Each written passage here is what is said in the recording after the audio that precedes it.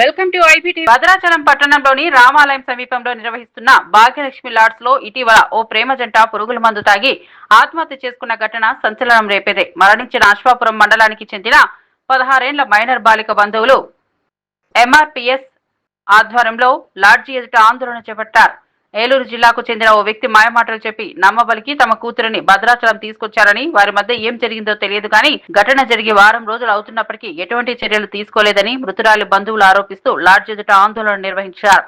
న్యాయం చేయకపోతే ఇక్కడే తాము కూడా ఆత్మహత్య చేసుకుంటామని పెట్రోల్ బాటిల్తో మృతురాలి తల్లి తండ్రి కలకలం సృష్టించారు. సమాచారం అందుకున్న పోలీసులు ఘటనా స్థలానికి చేరుకుని బంధువులను వాదించే ప్రయత్నం చేశారు. అప్పటికి వినకపోవడంతో ఆందోళనకారులను పోలీస్ స్టేషన్ కు తరలించారు.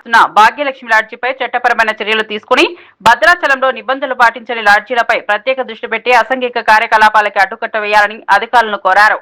అయితే మృతురాలి బంధువుల పిటిషన్ ఆధారంగా కేసు నమోదు చేయనున్నట్లు టౌన్ సీఐ నాగరాజు వెల్లడించారు.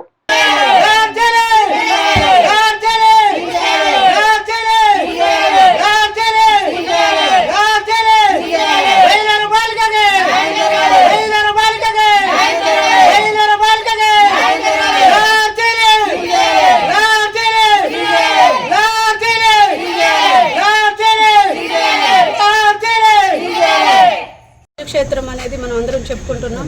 ఇక్కడ జరిగే అన్యాయాలు ఎన్ని జరుగుతున్నాయో మరుమూలల్లోనూ మరుగైపోతున్నాయి. గతంలో 5వ తారీఖులోనే స్వాతి ఒక అమ్మాయి, మైనర్ బాలిక అనే అమ్మాయి భాగ్యలక్ష్మి లాడ్జికి రావడం జరిగింది.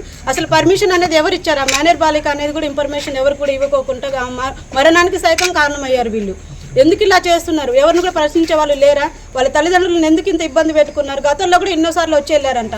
కనీసం ఇన్ఫర్మేషన్ అనేది ఉంటుంది కదా, వాళ్ళకి ఇవ్వాలి కదా. ఇవ్వకోకుండా ఇలా ఎందుకు చేస్తున్నారు? అన్యాయం చేస్తున్నారు. ప్రతిసారి కూడా మేము చెప్తానే ఉన్నాం, ప్రతి మూలల్లో కూడా ఇలాగే జరుగుతుంది.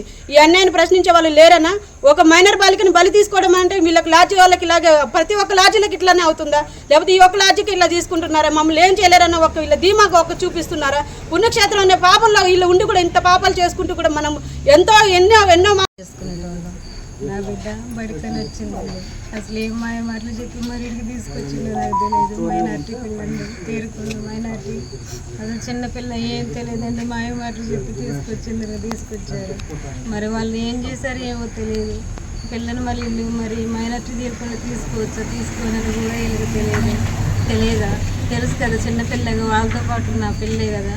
మరి ఇట్లా చేసి నా పిల్లలు కావాలని చంపారు. మీరే ఏదో ఒక న్యాయం చేయమని మిమ్మల్ని అందరినీ బట్టి అనుకుంటున్నాను. సహకరించండి, న్యాయం చేయడానికి. నేను కూలి పని చేసుకుంటాను. మా అమ్మాయి పేరు స్వాతి. భాగ్యలక్ష్మి అనే లాడ్జిలో మరి మా పురుగుల మందు తాగి మరణించింది. న్యాయం కావాలని మేము ఇక్కడ దాకా ఇచ్చినాము. మాకు న్యాయం చేయాలని మేము కోరుకుంటున్నాము. మాకు న్యాయం కావాలని కోరుకుంటున్నాము. మైనారిటీ లేని అమ్మాయికి ఈ భాగ్యలక్ష్మిలో మరి లాడ్జింగ్లో మరి మైనారిటీ లేని అమ్మాయికి ఎలాగిచ్చారు, అసలు దేనికి ఇచ్చారు అనేది మరి ఒక ఫోన్ అన్న మాకు చేయాలి కదా. మాకు ఫోన్ లేదు, ఏం లేదు, మాకు ఇన్ఫర్మేషన్ ఏం తెలియలేదు. అసలు లాడ్జింగ్ అసలు ఎందుకు ఇచ్చారు, ఎందుకు ఇచ్చారు అనేది మాకు క్లియర్గా